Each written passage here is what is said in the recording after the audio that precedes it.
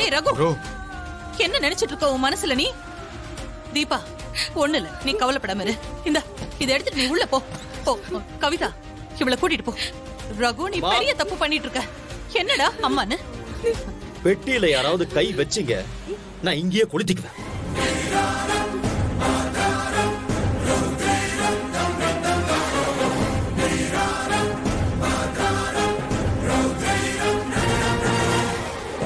டேய், நீ என்ன பேசிட்டு இருக்கன்னு உனக்கு தெரியுதா? இல்ல, என் தம்பி பண்ணது தப்புதான். அந்த தப்புக்கு தண்டனையா நான் வீட்டை விட்டு வெளியே போயிடுறேன்.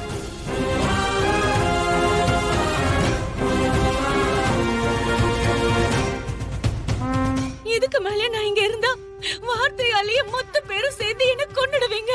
தீபா, தீபா இங்க பாரு. அப்படியே இல்ல, இது பாரு, சொன்ன கேளு. தீபா, தீபா நில்லு. தீபா, தீபா, தீபா.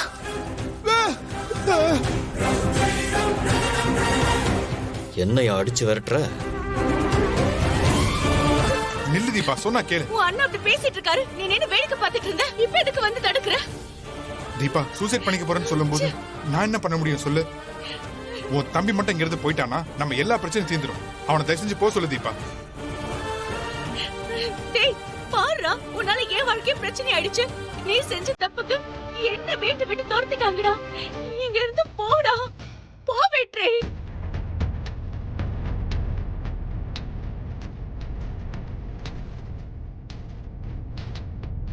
போமாட்டல, போமாட்டல.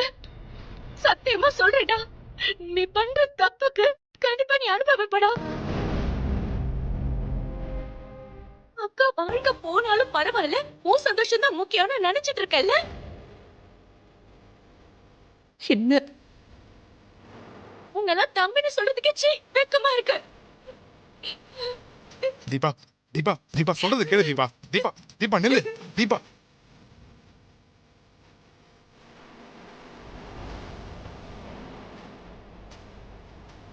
டேய் டேய், ஏன்டா இப்படி அநியாயம் பண்ற? அந்த பொண்ணு என்னடா தப்பு பண்ணா? அவளை எதுக்குடா போக சொன்ன?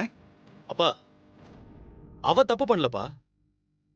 ஆனா அந்த குடும்பத்துல இருக்கிற மொத்த பேரும் தப்பு பண்ணிருக்காங்க. நம்ம எல்லாரையும் கஷ்டப்படுத்திருக்காங்க. அதுக்கெல்லாம் நம்ம திருப்பி கொடுக்க வேண்டாமா? அவங்களோட பவர் என்னன்னு நம்ம கிட்ட காட்டும் போது நம்ம பவர் என்னன்னு அவங்களுக்கு காட்டணும்.